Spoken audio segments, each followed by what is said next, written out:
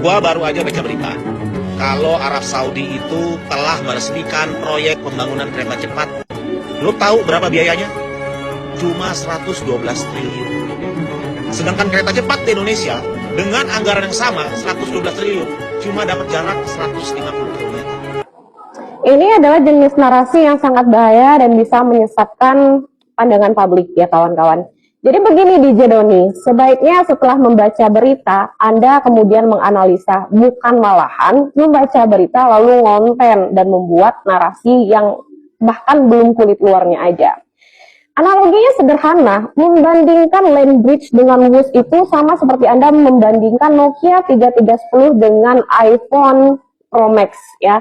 Secara tujuan memang penggunaannya juga sama-sama untuk mengirim pesan, tapi secara fitur dan program itu sudah sangat berbeda. Ya, dibuat dari situs resminya Land Bridge yang mana menerangkan Land Bridge itu adalah tujuannya untuk efisiensi logistik sehingga ini cocoknya dibilang sebagai kereta cepat barang untuk mengirim kargo dan bisa memasukkan penumpang tapi itu bukan menjadi tujuan utamanya. Dan yang kedua, spesifikasi keretanya. Kereta Land Bridge ini adalah kereta yang berkecepatan hanya 200 km per jam. Sedangkan kereta WUS itu adalah spesifikasi kereta dengan kecepatan 350 km per jam, yang mana ini mengefisiensikan manusia, yang juga keamanannya tingkat tinggi. Begitu ya di Joni.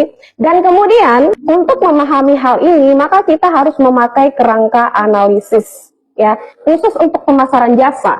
Di dalam buku ini, manajemen pemasaran jasa diterangkan bagaimana cara menganalisis proyek transportasi. Dari itu kita memakai kerangka analisis dramaturgi, ya. Serta di samping itu kita juga harus menganalisis topografi. Apa itu topografi? Yaitu kita mempertimbangkan bagaimana medan atau area tempat kereta api berjalan. Membandingkan kereta cepat kargo dengan kereta cepat manusia itu tidaklah apple to apple. Maka dari itu kita juga harus mempertimbangkan medan di Arab Saudi itu cenderung berpasir dan rel kereta apinya napak sehingga fixed cost-nya atau margin cost-nya juga tidak akan terlalu tinggi. Berbeda dengan medan di Indonesia yang kita sama-sama tahu.